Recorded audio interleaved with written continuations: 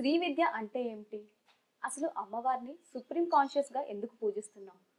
బీజాక్షరాల తాలూకా ప్రాముఖ్యత ఏమిటి? ఇలాంటి విషయాలన్నీ మనతో చెప్పడానికి మన ముందున్నారు. అరిపరాల విశ్వం ఆనందగణ గారి కుమారులు నిర్విశ్వరానంద రామకృష్ణ గురుదేవులు. వారితో మాట్లాడి మరిన్ని వివరాలు తెలుసుకుందాం. నమస్తే సార్. శ్రీమాత్రే నమః. ఆత్మబంధువులందరికీ కూడా అమ్మవారి ఆశీస్సులు. గురుకృపా హి కేవలం, మాతృకృపా హి కేవలం. సార్ అసలు ఈ శ్రీ విద్య అంటే ఏంటి సార్? ఈ శ్రీ విద్య నేర్చుకోవడం వల్ల మనకి ఎలాంటి ఉపయోగాలు కలుగుతాయి? అసలు ఎందుకు మనం శ్రీ విద్యని నేర్చుకోవాలంటారు? శ్రీ అంటే ఏంటో ముందు తెలుసుకోవాలి. విద్య దేనికోసము? శ్రీని తెలుసుకోవటం కాబట్టి, శ్రీ గురించి తెలుసుకోవాలి కాబట్టి శ్రీ విద్య అన్నారు. ఉదాహరణకి బయాలజీ అని ఒకటి ఉందనుకోండి. బాటనీ, జువాలజీ కలిపితే బయాలజీ అయింది గురువు గారు అంటారు. అలానే ఇది శ్రీ విద్య. శ్రీ గురించి తెలుసుకోవాలి. శ్రీ అనేది తెలుసుకోవాలి. శ్రీ అంటే ఏమిటి? The mother root. ఈ సృష్టికి మూలము. మానవులు ఏదైతే మూలము అంటారో ఆ మూలానికే మూలము, అతి మూలము అంటారు. శ్రీచక్రంలో బిందువు మూలము, ఈ సృష్టికి ఆధారము. ఆ దానిపైన ఉన్నది పరాశూన్యము కాబట్టి ఆ పరాశూన్యాన్ని అనంత మహాశ్రీ అంటారు. అంటే దాన్ని ఇంగ్లీష్ వాళ్ళు ఏం చెప్పారు అంటే బిగ్ బ్యాంగ్ థియరీ పైన వెళుతున్న కొద్దీ పరాశూన్యం తప్ప ఏమీ లేదు. అందులో ఒక చలనము వస్తే అది ఏమైంది? శ్రీ అయింది. అదే బిగినింగ్లెస్ బిగినింగ్ అంటారు. ఏమ్మా? Beginningless beginning. దీన్నే అనుత్తర లిపి అంటారు. ఇప్పుడు మనం ఏం చేసాము? ఆ ఆ ఈ అన్నాం. అటువైపు ఏముందో అనేది ఎవరికి తెలియదు. ఎన్ని యుగాలు వెళ్ళిపోయినాయో, ఎన్ని సృష్టులు వెళ్ళిపోయినాయో అనేది మనకి తెలియదు. సో అది అనంత మహాశ్రీ. అది సృష్టి చేయాలి అని సంకల్పం చేసుకున్నప్పుడు ఆ శుద్ధ సత్వము అంటారు. శ్రీ అంటే షకార ప్లస్ రకార ప్లస్ ఇకార, ఈ మూడు కలిస్తేనే శ్రీ. దీని నుంచి వచ్చినవే కింద లోకాలు. సో ఇది మనం ఎవరిని తెలుసుకుంటున్నాము? అమ్మవారిని. అమ్మవారు ఎందుకన్నాము? ఈ సృష్టిని కన్నది కాబట్టి సావిత్రి అన్నారు. బిందువులోకి వచ్చి ఆ శకారం అంటే శుద్ధ సత్వము నిరీశ్వరుడుగా ఉన్న ఆ ఈశ్వరుడిలో చలనము తీసుకొచ్చింది. ఈ చైతన్యము ఆదిపరాశక్తి అనేది చైతన్యం తీసుకొచ్చినప్పుడు వారిద్దరి యొక్క సమరస సమలీన సంయోగం వలన ఆయనని కామేశ్వరుని చేసింది. అంటే సృష్టి చేసే సమయము ఆసన్నమైనది అన్నప్పుడు ఆయనకి కోరిక అనేది వచ్చింది. లేదా ఆయన జడ పదార్థము అలా ఉంటాడు అంతే. శివుడు ఏముంది? జడ పదార్థము కదా. పొటెన్షియల్ ఎనర్జీ అంటారు ఇంగ్లీష్లో. మనం కూడా బతికున్నప్పుడు ఏమన్నారు? శివ అంటారు. పోయిన తర్వాత శవ. సో ఆయనలో చైతన్యం తీసుకొస్తే కామేశ్వరుడు అవుతాడు. వాళ్ళిద్దరి యొక్క సమరస సమలీన సంయోగం వలన వారు బిందువు దగ్గరకు వచ్చారు. అది బిగినింగ్ ఆఫ్ ది శ్రీ. మరి ఇది పరావిద్య కదా. దాని తర్వాత వచ్చినవే ఇవన్నీ. ఇప్పుడు పురాణాలు వేదాలు అంటున్నారు కదా. అందులో అది అమ్మవారు ఏంటంటేనమ్మా, అమ్మలగన్న అమ్మ ముగ్గురమ్మలకు మూలకొట్టమ్మ. అంతేగా. విత్తనం ఉంది చెట్టులో, ఇది పరావిద్య అంటారు నాన్న. ఇది కిందకు వస్తున్నప్పుడు విద్య అపర విద్య అంటారు. అది ఎలా వస్తుంది అనేది జాగ్రత్తగా మీరు వినండి, తెలుసుకోండి. ఇది అంతా అమ్మవారి కృప. ఇది అనుభూతి చేసుకుంటే మీ అంత అదృష్టవంతులు లేరు. జ్ఞానంగా తెలుసుకున్నా అంతకంటే అదృష్టం లేదు. అవునా? మీరు చేసుకున్న పుణ్యాన్ని బట్టి సాలోక్యం, సామీప్య, సారూప్య, సాయుధ్యాలు ఏదన్నా ఆ తల్లి ఇవ్వచ్చు. సో ఈ విద్య తెలుసుకోవాల్సిన అవసరం ఈ కాలంలో చాలా అవసరం ఉంది. అది ఎన్ని రకాలుగా మీ జీవితాల్లో ఉపయోగపడుతుందో అనేది జ్ఞానపరంగా. దాన్ని మీరు యోగపరంగా చేసుకుంటే మీ అంత అదృష్టవంతులు లేరు. సో ఇప్పుడు శ్రీ విద్య అని నేను చెప్పాను కదా. షకార రకార ఇకార. రకారం దేనికి? అగ్ని బీజము. అగ్నిర్వాక్ వాగేవ రుక్ అన్నాడు. మన మాట అగ్నిస్వరూపము, అమ్మవారు కదా. షకార శుద్ధ సత్వము, ఇకారము నాదము, ఈ పరాబీజము. పరాబీజము అంటారు. దాని మించిన బీజం ఇంక లేదు. ఈ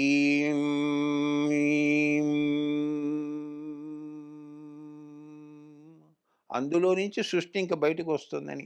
ఆ మూడిటి యొక్క కలయికే ఈ యొక్క శ్రీచక్రంలో ఉన్న బిందువు. అసలు శ్రీచక్రం అంటే ఏంటి సార్?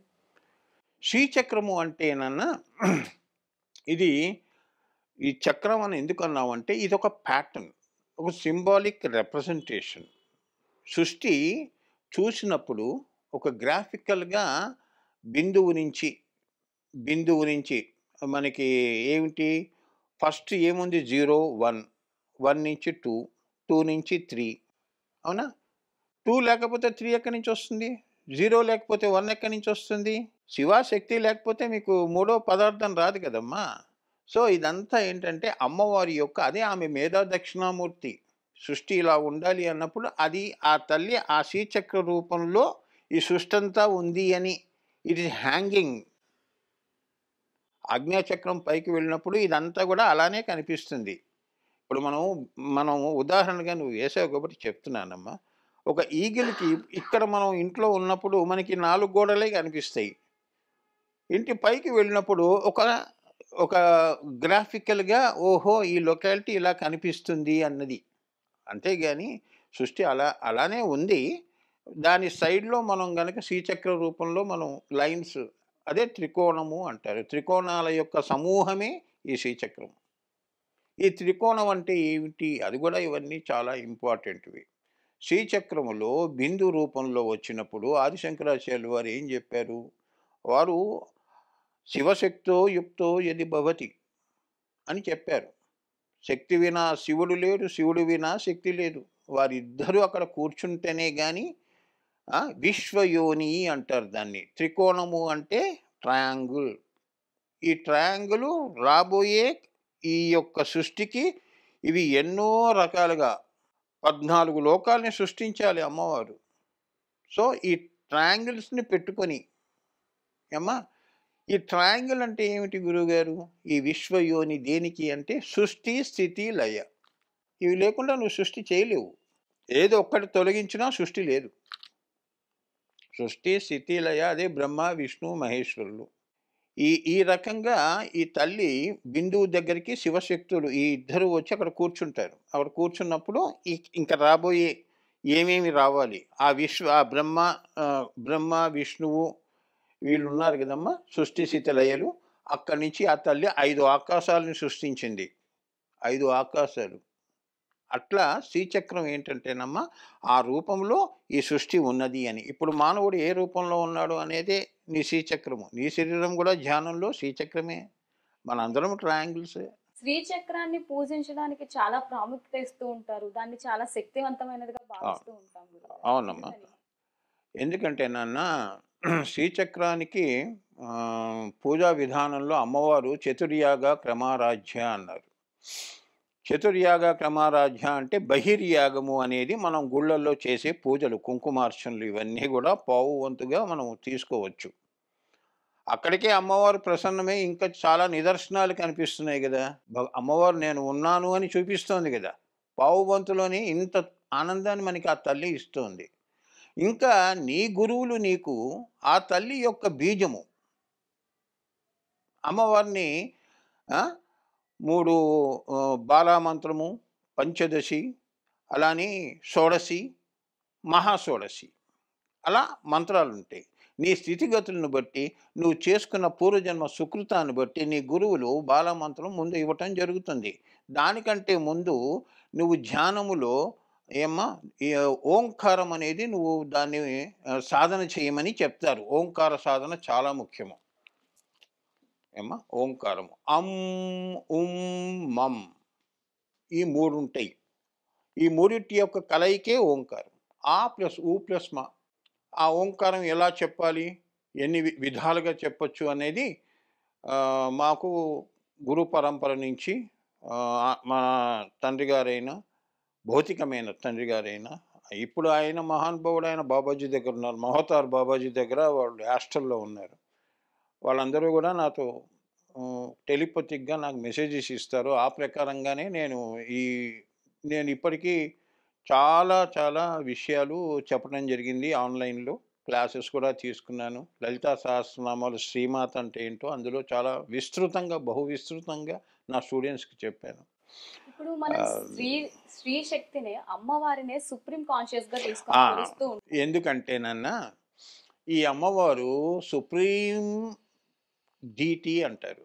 సుప్రీం డీటీ అంటే ఈ తల్లి నుంచి ఏ దేవతలైనా రావాల్సిందే గాని ఆవిడ స్వయంభూ. శివుడే అచేతనంగా ఉంటే ఆయనలో చైతన్యం తీసుకొచ్చిందమ్మా. పరాశూన్యము లలిత వరకు ఆమె సుప్రీం. ఆమె సృష్టి, స్థితి, లయ, తిరోధాన, వమన అన్నప్పుడు 5 అంటే ప్రళయం వచ్చినప్పుడు ఈ 5 ఉపయోగిస్తుంది. ఆ లలితా రూపాన్ని కూడా ఆమె తీసేసుకొని ఉల్లలితగా పరాశూన్యం తప్ప ఏం మిగలదు. అందుకే అందులో నుంచే అందరు దేవతలు వస్తారు. నవదుర్గలు గాని, ఇప్పుడు బ్రహ్మ, విష్ణు, మహేశ్వరులు కూడా వీళ్ళకి శక్తి, సామర్థ్యాలు ఇచ్చింది కూడా ఆ యొక్క తల్లియే. లేదా బ్రహ్మకి సృష్టి ఎలా చేయాలో అనేది ఆయనకి తెలియదు.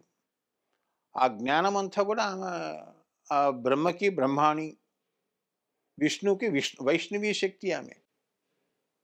సో అక్కడి నుంచి దేవతలు సమూహం ఇదంతా కూడా మీకు శ్రీ విద్యలో మణిద్వీప వర్ణనలో ఆ తల్లి యొక్క అంటే ఏంటంటేనమ్మా అమ్మవారి ముందు వరుసలో ఎవరుంటారు, రెండో వరుసలో ఎవరుంటారు, మానవవుగులు, దివ్యవుగులు, సిద్ధవుగులు, వీళ్ళంతా కూడా కింద మనం మానవులం. ఇట్లా ఈ సృష్టి అంతా కూడా ఆ అమ్మవారిని కొలుస్తూ ఉంటారు. ద వన్ వితౌట్ 2 అని అందుకే అన్నారు కదమ్మా. సుప్రీం అని ఎందుకు అన్నారు? 1 లేకుండా నీకు 2 ఎక్కడి నుంచి వచ్చింది? 1+1 2 గురువు గారు అంటాం. సో ఈ 1కి మళ్ళీ మూలం ఏంటి? 0 ఉండాలిగా. శూన్యం. అదే అందుకే ఆ తల్లి ఆది పరాశక్తి అన్నారు. శివుడికే చైతన్యాన్ని ఇచ్చిన తల్లి. ఏమ్మా, శివుడికే చైతన్యం ఇచ్చింది. ఈ శ్రీ విద్య మనకి ఏ రకంగా ఉపయోగపడుతుంది అంటే మన ఆధ్యాత్మిక ప్రగతి గాని ఎస్, లేకపోతే మన జీవితంలో మనకి ఆధ్యాత్మికతతో పాటు సమాజంలో ఉంటున్నాం గాని కాబట్టి అవును, మంచి ప్రశ్న. సమాజంలో ఉంటున్నాము, అలాగే కుటుంబ వ్యవస్థలో ఉంటున్నాము. మనం అవును. రెండింటిని కూడా సమతుల్యంగా చేసుకుంటూ వెళ్ళాలి. ఇలా చేసేటప్పుడు మనకి ఈ శ్రీ విద్య అనేది ఏ రకంగా ఉపయోగపడుతుంది? చాలా మంచి ప్రశ్న అమ్మా. ఆది భౌతికము, ఆధ్యాత్మికము అని 2 ఉంటాయి నాన్న.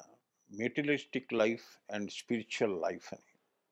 ఆజ్ఞా చక్రం కిందంతా కూడా ఏమా మూలాధారం కింద కూడా షట్కోణ, అష్టకోణ ఇంకా ఉన్నాయి చక్రాలు. ఎవరికి తెలియని రహస్యాలు ఇవి. అక్కడి నుంచి మొదలు పెడితే ఆజ్ఞా చక్రం వరకు అంతా మెటీరియలిస్టిక్ లైఫ్. దీన్ని ఆది భౌతికమైన జీవితము అంటారు. నా జీవితము ఏ సమస్య లేకుండా నేను మనశ్శాంతి అంటున్నావు కానీ ఆత్మశాంతి అంటలేదు. మనసు శాంతి కొంతవరకు ఉంటుంది. మళ్ళీ అది ఆ, మళ్ళీ ఏదన్నా బాధ వచ్చినప్పుడు అది ఏమవుతుంది? మనసు మళ్ళీ బాధలో పడేస్తుంది. సో క్షణం ఆనందం, క్షణం దుఃఖం. సో ఈ మనసుని అమనస్కం చేస్తే ఆత్మశాంతి ఉంటే చాలుగా. మనకి మనసు లేకపోతే మనకి ఈ గందరగోళం ఉండదు కదా. సో దానికోసమే ఈ చతుర్యాగ క్రమారాజ్య అన్నారు. ఎందుకంటే నాన్న ఇప్పుడు ఈ విషయం ఎలా చెప్తానంటే మీకు చూడండి, జీవితంలో ఏ రకంగా శ్రీ విద్య ఉపయోగపడుతుందో. ఇప్పుడు మన తెలివితేటలు ఉన్నాయి.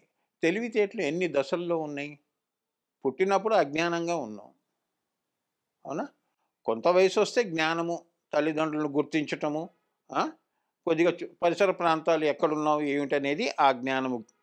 దాన్ని మనం ఏం చేస్తున్నాము? విజ్ఞానం వైపు తీసుకొస్తున్నాం. విజ్ఞానము అంటే ఏంటి? మనకి బయటికి వెళితే విశ్వవిద్యాలయాలు, స్కూళ్ళల్లో చెప్పే చదువులు కానీ ఏదైనా కూడా విజ్ఞాన శాస్త్రమేగా. సృష్టికి సంబంధించిందే చెప్తున్నారు కదా, అమ్మవారికి సంబంధించిందేగా. సృష్టి అంటే ఎవరు? అమ్మవారే. మన తల్లిని మనం తెలుసుకోవటం కోసమే ఈ చదువులు. విజ్ఞాన శాస్త్రం ఏమిటి? కేవలం కడుపు కోసమే కాదు కదా, అవసరాల కోసం మనం విజ్ఞానము. ఇంతవరకు మనకి ఈ లోకంలో మనం సెల్ఫ్ సఫిషియెంట్గా బతకటానికి ఈ శ్రీ విద్య అనేది దోహదపడుతుంది. అంటే ఏంటంటే బుద్ధి అనేది నీకు వెలగాలి అన్నప్పుడు ఈ అజ్ఞాన, విజ్ఞాన, ప్రజ్ఞానం ఎక్కడ వస్తుంది? ఆజ్ఞాచక్రంలో ప్రజ్ఞాన గనుడు అవుతావు. విజ్ఞానం వరకు నీ అవసరాలు తీరిపోయినాయి కదమ్మా. ఇంకా నీకు ఆత్మ అవసరాలు నీకు కావాల్సి వస్తుంది. అవును, నేను సెల్ఫ్ సఫిషియెంట్ని అన్నీ సంపాదించుకున్నాను, తర్వాత ఆత్మశాంతి కూడా ఉండాలి. వెళ్ళిన తర్వాత ఈ శరీరం వదిలేసిన తర్వాత నాకు ఆత్మశాంతి కావాలి అన్నప్పుడు ఆత్మని ఏమన్నారు? ప్రజ్ఞానగణ ఆత్మ విద్య, బ్రహ్మ విద్య, దాన్నే శ్రీ విద్య, దాన్నే ఏమంటారంటే పరావిద్య అంటారు. ఇంతవరకు మనం ఏంటంటే ఇప్పుడు శ్రీ విద్య అనేది మీకు ఒక అవగాహన వస్తుంది. ఇది తెలుసుకున్నప్పుడు సహజంగా నీకు అన్నీ తెలిసిపోతూ ఉంటాయి. మంచి ఏంటో, చెడేంటో. ఎందుకంటే నీ బుద్ధి పనిచేయటం మొదలుపెడుతుంది. ఇంతకాలం మెటీరియలిస్టిక్ లైఫ్‌లో మనసుతో మనం అన్ని పనులు చేశాము. సుఖాలు తెచ్చుకున్నాము, దుఃఖాలు తెచ్చుకున్నాం. బుద్ధితో అదే మనం ఈ బుద్ధి ఏదైతే ఉందో, ఈ బుద్ధి దీన్ని వెలిగించుకోవటం. మరి గాయత్రి మంత్రం దేనికుంది? ఓం భూర్భువస్సువః తత్సవితుర్వరేణ్యం భర్గో దేవస్య ధీమహి. నాకు అటువంటి సద్బుద్ధిని ఇవ్వమ్మా. ఏ కష్టకాలంలో అయినా కూడా మంచేంటో, చెడేంటో నిన్ను నడిపించేదే ఈ శ్రీ విద్య. ఒక్క ముక్కలో చెప్పాలంటే. నీ జీవితం నీకు తోడుగా ఉండేదే ఈ శ్రీ విద్య. అంటే మనకి చాలా సందర్భాల్లో అన్నీ ఉంటాయి. కానీ ఏదో తెలియని బాధ ఉంటుంది, దిగులు ఉంటుంది. అది ఎందుకనేది మనకు తెలీదు. సో అలాంటి సందర్భాల్లో మనం ఏదో ఒక గురువుని గాని, దేవతని గాని ఆరాధించడం వల్ల మన ఆధ్యాత్మిక ప్రగతి కూడా పెరుగుతూ ఉందంటున్నాం. అవును. ఆధ్యాత్మిక ప్రగతి కూడా పెరుగుతుంది అంటారు. ఎందుకంటే నాన్న, అందుకే గురువులు ఏం చేస్తారంటే నాన్న, మనం ఎందుకు గుళ్ళకి వెళుతున్నాము అంటే, మన అవసరాల కోసం అమ్మవారిని అడుగుతాం, సంకల్పాలు అడుగుతాం. మమ దురితక్షయ ద్వారా అన్నట్టుగా ఈ మన పేర్లు, గోత్రాలు చెప్పుకొని అమ్మవారిని లౌకికమైన వస్తువులు కోరుతాం. మరి లోపల అవసరాలు, మనసుకి కావాల్సిన అవసరాలు వస్తు రూపంలో ఉండవుగా. సో అప్పుడు ఏమిటి? నాకు మనశ్శాంతి లేదు గురువుగారు, లేదా అమ్మ, నువ్వు దేవతను నమ్ముకుంటే దేవత పేరు, ఇష్టదైవం. లేదు అంటే గురువుని నమ్ముకుంటే గురువు. సో నాకు ఏదైనా ఒక మంత్రం ఇవ్వండి నాకు మనశ్శాంతి కోసము. ఈ మనసు అమనస్కం కావాలి. ఇంకా మళ్ళీ పదే పదే నా మనసు ఆ ఆలోచన మీదకి వెళ్ళకూడదు అన్నప్పుడు నీ గురువు గారు లేదా అమ్మవారు గురు రూపంలోనే వస్తుంది. ఆమె గురు గోవింద రూపిణి. నీకు ఆ మంత్రం తన మంత్రం ఇస్తుంది, బాలా మంత్రం. ఐం అనే అక్షరము ఆజ్ఞాచక్రంలో పెట్టాలి. క్లీం అన్నది దహరాకాశము. క్లీం అనేది ఈ బీజాల తర్వాత చెప్తాను. క్లీం అన్నది. సౌ అంటే ఏంటంటే ఈ సర్వ సృష్టి. ఐం వాగ్భవ బీజము, క్లీం ఇది కామరాజ బీజము. సౌ అనే వాళ్ళిద్దరి యొక్క కలయిక వల్ల ఇక్కడ సృష్టి పుట్టింది అని, తల్లిదండ్రుల యొక్క కోరికల వల్ల పిల్లలు పుట్టారు అని. ఐం క్లీం సౌ. ఇదే సూత్రము ప్రతి సృష్టిలోనూ ప్రతి వాళ్ళు కూడా ఇదే పద్ధతుల్లో పిల్లల్ని కంటారు నాన్న. సో సైంటిఫిక్గా చెప్పాలి. మరి ఇంత జ్ఞానం నీకు ఐం అనే బీజం ఇస్తుంది. అసలు అమ్మవారిని ఏ విధంగా పూజించాలంటారు? అంటే ఈ విధంగానే పూజించాలని ఏమైనా ఉంటాయా? అలా ఏం లేదు నాన్న. అమ్మవారు చతుర్యాగ క్రమారాధ్య అన్నాను. రోజు లలితా పారాయణము, లలితా సహస్రనామాలు అన్నీ అందరూ చేసుకుంటున్నారు. అది ఒక పావు వంతు అవుతుందమ్మా పూజ. సాలోక్యంలో నువ్వు పర్వాలేదు ఏమ్మా, సత్కర్మలు చేసావు, సద్గతులే పడతాయి. మళ్ళీ నువ్వు ఇంకో జన్మలో పుట్టావు అన్నప్పుడు ఉత్తమ జన్మ, మధ్యమ జన్మ, అదో జన్మ, మనం చేసుకున్న పనులను బట్టి ఇదొక పూజమ్మ. ఇక రెండో విషయానికి వచ్చినప్పుడు మరి మానసికంగా నేను చేసుకోవాలి కదా గురువుగారు. లౌకికంగా అయిపోయింది, మానసికంగా చేసుకోవాలి అన్నప్పుడు ఈ మంత్రం అనేది గురువు ఇస్తాడు. ఇది రెండో పూజా విధానం. చాలామంది మంత్రవేత్తలు ఉన్నారు కదమ్మా, మంత్ర జాపులు మంత్రం జపించే వాళ్ళు చాలామంది ఉన్నారుగా. ఎంతసేపు పూజ చేసుకుంటూ మన జీవితాలు ముగించాం కదమ్మా. ఇంకా నేను తెలుసుకోవాలి అనేది నీకు ఆ కుతూహలం అనేది నీకు వచ్చినప్పుడు ఒక ఇందులో నిష్ణాతులైన శ్రీ విద్య ఉపాసకులు ఎవరైతే ఉంటారో వారి దగ్గరికి వెళ్ళి రెండో విధానమైన పూజా విధానం. ఎందుకంటే అంటే లోపల నిన్ను నువ్వు ఉద్ధరించుకోవాలి. అదేగా కృష్ణుడు చెప్పింది భగవద్గీతలో. ఉద్ధరే ఆత్మ అన్నాడు. ఆత్మని ఎలా ఉద్ధరిస్తావు? లోపలికి వెళ్తే ఉద్ధరిస్తావు. బయట బహిర్యాగం చేసావనుకో, నాకు ఉద్యోగం కావాలి, నాకు ఆరోగ్యం కావాలి, నా పిల్లలు బాగుండాలి, ఇవన్నీ అమ్మవారు ఇచ్చింది. మరి లోపలివి? సో అది రెండో విధానం.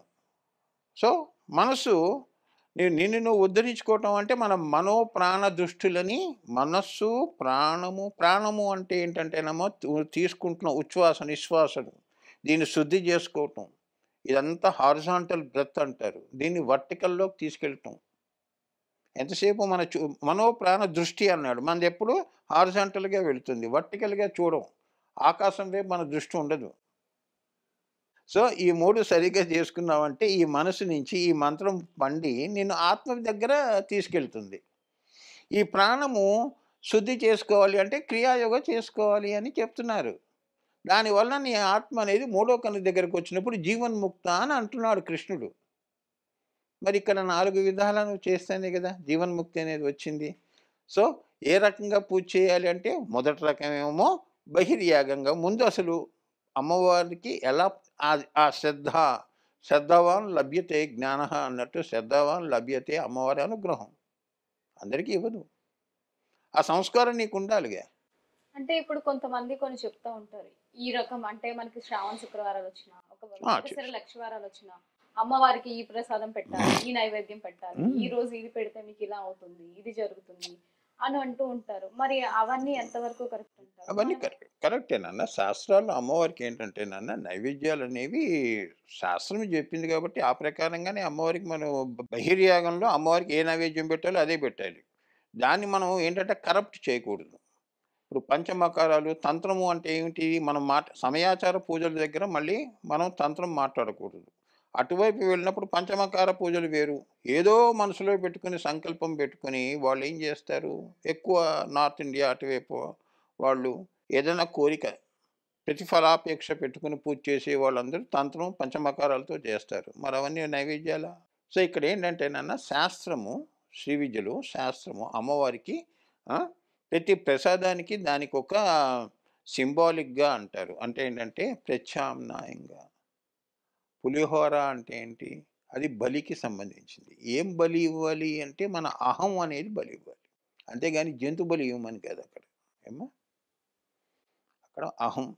అది లేదనుకో ఆ ప్లస్ హం. ఆని తొలగించు హం. హం అంటే ఏమిటి? హా బీజము మంత్రశాస్త్రంలో ఆకాశానికి గుర్తు. హ్రీంకారాసన గర్భితానలసికాం సౌం క్లీం కలాం బిభ్రతీం. మరి నిన్ను ఆకాశ ప్రయాణం చేయిస్తుంది అమ్మవారు. ఆ ఒక్క ఆనే మన్ని ఇంత బాధ పెడుతుంది. అదొక్కటి స్వపర భేదము, అహంత, ఇదంతా మమత, ఇదంతా నాది అనుకుంటూ తిరిగే జీవుణ్ణి దేవుణ్ణి చేసే ప్రక్రియే ఈ శ్రీ విద్య. ఈ 4 చతుర్యాగ క్రమంగా చక్కగా చేసుకోమని శ్రీకృష్ణుల వారు భగవద్గీతలోనే ఆయన చెప్పిందంతా శ్రీ విద్య. మనం అమ్మవారిని కూడా బీజాక్షరాలతో ప్రసన్నం చేసుకుంటూ అవును. ఉంటాం. అసలు ఈ బీజాక్షరాలు అంటే ఏంటి గురువుగారు? ఓకేనా. వీటిని పఠించడం వల్ల మనకి ఎలాంటి ఉపయోగాలు ఉంటాయి? ఎన్ని మంత్రాలైనా సప్తకోటి మహామంత్రాలన్నీ కూడా ఒకే బీజము నుంచి ఓం నుంచే వచ్చాయి. ఒక్క ఓంకారం చేసుకుంటే చాలు. ఇక్కడ ఏంటంటేనైనా సృష్టి క్రమము జరిగేటప్పుడు అమ్మవారు ఏమ్మా తన శక్తి తానే ఏంటంటేనన్నా ఒక్కొక్క ఇప్పుడు నవదుర్గలు అన్నప్పుడు ఆమెకు కూడా మరి పరివార దేవతలు ఉంటారు ఆమె పని చేయటానికి. సో ఆ పంచభూతాలు ఉన్నాయి. అవునా? ఈ వినాయకుడు ఎవరు? అలానే కుమారస్వామి ఎవరు? వీళ్ళందరికీ కూడా ఈ దేవతలందరికీ మరి వాళ్ళకొక బీజం అనేది ఒకటి ఉంటుంది. ఆ బీజం వల్ల ఇప్పుడు ఆంజనేయ స్వామి ఉన్నాడు. ఆం ఆయన బీజం. ఆ ఆం బీజం. గణపతి ఉన్నాడు. గం. సుబ్రహ్మణ్య స్వామి ఉన్నాడు. షం. దుర్గా అమ్మవారు ఉంది. ధుమ్. అంటే ఈ ఒక్క ధుమ్ అనేది నువ్వు చదివితే చాలు ఈ బీజము. అంటే ఏంటంటే ఆ తల్లికి నువ్వు కనెక్ట్ అవుతావు. నీ ఎనర్జీ ఆమెకి కనెక్ట్ అవుతుంది. అంటే తుర్యం వైపుకి వెళ్తావని. జాగ్రత్త, స్వప్న, సుషుప్తి, తుర్య 4th స్టేట్ ఆఫ్ కాన్షియస్నెస్ తీసుకెళ్తుంది ఓంకారం. అందుకే ఈ బీజాలు దేనికంటే ఏంటంటేనమ్మా ఆ దేవతలకి ఇప్పుడు ఆం ఆంజనేయాయ నమః.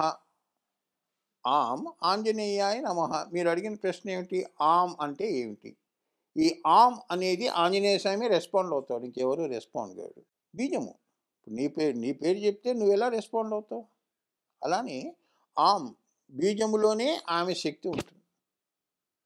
ఆంజనేయ స్వామి అంతా ఆ బీజంలోనే ఉంటాడు. మంత్రాధీనాంతు దైవతం. శక్తిలో నువ్వు అమ్మవారిని చూడగలుస్తావు. ఇలా చూడలేవు కదా. పాంచభౌతికమైన శరీరం తీసుకొని నీకు దర్శనం ఎందుకు ఇస్తుంది? మరి అమ్మవారిని ప్రసన్నం చేసుకోవాలంటే అమ్మవారికి సంబంధించి ఏ బీజాక్షరాన్ని మనం ఉపయోగించాలంటే? అమ్మా దీని సంకల్పాలను బట్టి ఉంటుందమ్మా. ఇప్పుడు మామూలుగా మనలాంటి వాళ్ళు ఏంటంటే అమ్మవారిని సంకల్పాలు అంటే ఏంటంటేనేమో హారిజాంటల్ అంటే మన జీవితంలో మనకు వస్తున్న సమస్యల్ని పెట్టుకొని ఆ తల్లి యొక్క బీజాలు కొన్ని ఉన్నాయమ్మా. ఇప్పుడు బాలామంత్రం అని లేదా పారాయణం చేసుకుంటాం. ప్రతి శుక్రవారం 45 రోజులు మేము పారాయణం చేసుకుంటే మా సంకల్పం నెరవేరుతుందని ఎవరో చెప్పారు. ఆ రకంగా అది ఆ సమస్యకి అది పరిష్కారం. అంతేగా? లేదు ఇంకా దానికంటే నేను ఇంకా గొప్పగా నేను పూజ చేసుకోవాలి అన్నప్పుడు ఏమ్మా శ్రీచక్ర కుంకుమార్చనతో కూడా చేసుకోవచ్చు. ఓం ఐం హ్రీం శ్రీం శ్రీ మాత్రే నమః. ఓం ఐం హ్రీం శ్రీం శ్రీ మహారాజ్ఞియే నమః. అలా 1000 నామాలు కుంకుమార్చన చేసుకుని గుళ్ళలో చేయించుకుంటున్నాం కదా. ఇదంతా లౌకికం. అంటే ఇప్పుడు మనకి కొంతమందికి ఉద్యోగం రావాలని ఆ, మొక్కుకుంటూ అది ఉంటారు. Okay okay. కొంతమంది పెళ్ళిళ్ళు కావాలని మొక్కుకుంటూ ఉంటారు. అవునన్న. కొంతమంది పిల్లలు కావాలని. సో ఏ రకంగా కావాలనుకునే వాళ్ళు అమ్మవారిని ఏ విధంగా పూజించొచ్చు అంటారు? ఈ దేవతలందరూ అమ్మవారి యొక్క రూపాలే. వీళ్ళందరూ అమ్మవారి దగ్గరికి వెళ్ళి ఆమె దగ్గర శక్తిని పొంది నీకు ఇస్తున్నారు వరాలు. సుబ్రహ్మణ్య స్వామి దేనికి? ఇయరు, నోసు, త్రోటు కదా. పెళ్ళిళ్ళు, సప్తమ స్థానము, జాతకంలో సప్తమ స్థానం, భార్యాభర్తల్లో ఏ విభేదాలు రాకుండా చక్కగా కాపురం చక్కగా కాపురము చేసుకోవటము, మనశ్శాంతిగా చేసుకోవటము అనేది సుబ్రహ్మణ్య స్వామి ఆయన డ్యూటీస్ అవి. అలానే ఉద్యోగం ఉంది. ఇప్పుడు దశమహావిద్యల్లో ఉద్యోగం కోసం దశమహావిద్యల్లో ఉద్యోగం కోసము రాజమాతంగి అమ్మవారు లేదా సూర్య ఆరాధన వల్ల కూడా రవిస్థానము జాతకంలో చాలా గట్టిగా ఉండాలి కాబట్టి రోజు ఆదిత్య హృదయం చదువుకోవటం. ఇట్లా లౌకికమైన కోరికలకి ఈ దేవతలు అంటే గుణాల్లో లొంగిన దేవతలు అంటారమ్మా. అమ్మవారు గుణాతీత. ఆమె నుంచి గుణాలు వస్తాయి, అంతేగాని ఆమె గుణాలకు లొంగదు. అర్థమైందా? She is beyond of the beyond. అంటే మనలో ఉన్న ఒక్కొక్క కోరిక ఒక్కొక్క దేవతా రూపం అనేది ఉంటుందంటారు. ఉంటుంది. ఇప్పుడు మనం లేము. ఇప్పుడు మనందరం అనేకము. పైనుంచే పైకి చూపిస్తేనేమో ఏకము అంటున్నావు, కిందకు వచ్చినప్పుడు అనేకము అంటున్నావు. ఇదే మాయ. అమ్మవారి మహామాయ స్వరూపం అంటే ఇదే. ఒకే వస్తువుని 10 రకాలుగా చూపిస్తుంది అమ్మవారు. సూర్యుడు కూడా కిరణాలు ఎన్నో. సూర్యుడి నుంచే కదా కిరణాలు వచ్చాయి. అమ్మవారి నుంచే కదా ఈ దేవతలు ఈ మానవులు ఈ సర్వసృష్టి అమ్మవారి నుంచి వచ్చినప్పుడు మరి అవి అనేకము. ఇప్పుడు మీరు అడిగింది ఏమిటి? ఒక్కొక్క దేవతని పట్టుకుంటే అవసరాల కోసం ఈ దేవతలు. ఇప్పుడు మనకి ఉదాహరణకి పంచభూతాలు ఉన్నాయి. పంచభూతాలు మరి అవి మరి ప్రకృతిని ఆరాధించే మనుషులు కూడా ఉన్నారు ఇప్పుడు. ఒకప్పుడు మరి అదే కదమ్మా. ఆది మానవుడి దగ్గర నుంచి తీసుకొస్తే అగ్ని ఆరాధకులు, గానపత్యాలు, ఇలా మనం ప్రకృతి నుంచి చెట్లు, పుట్టలు, పాములు అన్నిటినీ కూడా అమ్మవారిని తెలుసుకున్నాము. అమ్మవారు ఇందుగలడందు సందేహం వలదు. ఆమె చైతన్యం ప్రతి చోట ఉంటుంది. నీ చేతిలో కూడా ఆమె చైతన్యం ఉంటుంది. అది ఉన్నప్పుడే నువ్వు శివ, అది పోయిన తర్వాత నువ్వు శవ. పడిపోతుంది చెయ్యి. అమ్మవారు లేరు. సో ఈ సృష్టి కూడా ఏంటంటేనమ్మా, ఆ రకంగా చిన్న కోరికలకి ఆ తల్లి ఈ దేవతలు అనేకంగా ఉన్నారు కదా. ఈ దేవతలను ఆరాధిస్తే వీళ్ళు కూడా అక్కడి నుంచి తెచ్చుకుంటారు. విష్ణుమూర్తి నీకు ఇచ్చాడంటే, విష్ణుమూర్తి అంటే ఏంటి? వైష్ణవీ శక్తి. అమ్మవారిలోనే వైష్ణవీయం ఉంది, అమ్మవారిలోనే బ్రహ్మత్వం ఉంది, అమ్మవారిలోనే శైవత్వం ఉంది. శ్రీ విద్య అంటే అది. అంటే అన్నిటికీ అతీతంగా తీసుకెళ్ళేది. నిర్వికల్ప సవికల్ప సమాధులు ఎలా వస్తున్నాయి? మహామహులు అందరూ కూడా ఆ సమాధుల్లోకి ఎలా వెళుతున్నారు అంటే, ఈ కాన్సెప్ట్స్ బుర్రలో పెట్టుకుంటే మనం ఒక చోట ఆగిపోతాం. దీన్ని దాటాలి. పూజల దగ్గరే బహిర్యాగం దగ్గర ఆపిస్తే ఎలా? ఒక మంత్రాన్ని పండించుకోవటం. అవునా? పెళ్ళి చేసుకున్నాము అంటే మరి దాన్ని మనం పెళ్లి చేసుకున్న తర్వాత దాన్ని పండించుకోవాలి, సంసారాన్ని పండించుకోవాలి. 60 ఏళ్ళ దాకా మరి ఆ కాపురం నిలబడాలి. అలానే మంత్రం నీ గురువు గారు ఇచ్చారంటే దాన్ని పండించుకోవాలి. అది పండిన తర్వాత కదా నీకు ఆత్మదర్శనం అనేది కనిపించేది. అప్పుడు కదా నీకు జీవన్ముక్తి ఆజ్ఞాచక్రంలో నీకు అమ్మవారు నీకు చాలే నీకు మళ్ళీ పంపించను అంటుంది. ఒకవేళ మనం మంత్రోచ్చారణ చేస్తే అది ఏ టైంలో చేయాలి, ఏ రకంగా చేయాలంటారు? అది చేసేటప్పుడు మనం ఎలాంటి ఆచారాలు అనేవి పాటించాలంటారు? మనం భగవంతుడి యొక్క గుళ్ళోకి మనం అంటే పూజా మందిరంలో కొన్ని ఆచార వ్యవహారాలు ఉంటాయి. దీని గురించి బహు విస్తృతంగా నేను ధ్యాన దీపికలో చెప్పాను. కానీ అయినా కూడా క్లుప్తంగా చెప్తాను. ఒక మంత్రం మనం చేస్తున్నాము అన్నప్పుడు ఏమ్మా ఆహ్, ఉదయం బ్రహ్మముహూర్తం 4 కాలాలు ఉంటాయి నాన్న. బ్రహ్మముహూర్తం 4-6 మధ్యలో ఓసారి చేసుకోవచ్చు. అభిజిత్ లగ్నము 11:45 నుంచి మీరు లంచ్ చేసే బిఫోర్ వరకు అది ఒకటి. సాయంత్రము సూర్యాస్తమయం 6 to ఇది. మళ్ళీ రాత్రి 12 తర్వాత డిన్నర్ తర్వాత 2 అవర్స్ గ్యాప్ ఇచ్చి చేసుకోవచ్చు. అంటే జాగ్రత్త, స్వప్న, సుషుప్తి, తుర్య 4 సరైన ముహూర్తాలు. తినేది కూడా సాత్వికమైన ఆహారంలో మళ్ళీ మనం ఈ మార్గంలో శ్రీ విద్యలో ఉన్నప్పుడు ఈ శ్రీ విద్యనే కాదు, ఏ అమ్మవారి మార్గంలో నువ్వు ఉన్నా సాత్వికమైన ఆహారం తీసుకుంటే నీలో ఏంటంటేనమ్మా ఆహారంలో కూడా 3 రకాలు ఉంటాయి. సాత్వికము ఏమ్మా సత్వ, రజస్, తమో గుణాలు. అంతే కదా! దాన్నే మీరు వెజిటేరియన్స్, నాన్ వెజిటేరియన్స్ అవునా? సో ఇప్పుడు చెట్టు ఉంది, కింద ఏమిటి కందమూలాలు, మధ్యలోకి వస్తే ఏమున్నాయి ఆకులు, పైకి వస్తే ఫలాలు. ఫలాలు తిని చక్కగా ధ్యానం చేసుకో. కింద దుంపకూరలు తిని లేనిపోని కోరికలు పెంచుకొని గ్యాస్ ప్రాబ్లమ్స్ వస్తాయి. ఇవన్నీ నేను చెప్పాను అవన్నీ. మేము ఎప్పుడూ కూడా కృషి చేసేది అనుభూతి కోసమే కృషి చేస్తాను. జ్ఞానం మనకు అవసరం లేదు. ఆజ్ఞాచక్రంలో జ్ఞానంతో పని ఏముంది? ఇదంతా కూడా అహం బ్రహ్మాస్మి ఇదంతా ఒకటే కదా అన్నవాడికి అవధూత. అవధూతకు వాడు ఇంకా ఆ స్పృహ ఉండదమ్మా. 4th స్టేట్లో వాడికి ఆ స్పృహ ఉండదు. వాడు ఎప్పుడు బ్రహ్మచింతనలో ఉంటాడు. ఈ ఆల్వేస్ డెల్స్ ఇన్ ది చింతన. ఇప్పుడు ఏ దేవత అయినా కూడా నీకెందుకు పలకదు? పక్కవాడికి పలికినప్పుడు నీకెందుకు పలకదు? నీ దేవుళ్ళతో తప్పు లేదమ్మా, మనం చేసే విధానంలో తప్పులు ఉన్నాయి, అవి సరి చేసుకోవాలి. అందుకే గురువు అనేవాడు వస్తాడు మన జీవితంలో. సార్థకత ఎక్కడ వస్తుంది? నీ పూజకి ఒక గురువు వల్ల వస్తుంది. అవునా? పెళ్లి చేసుకుంటే సార్థకత, చేసుకోకపోతే అంతే కదా. పెళ్లి కాలేదు అంటే ఏముంది? సో ఏంటంటే గురువుల్లో లోపం లేదు, మనలోనే లోపం ఉంటుంది.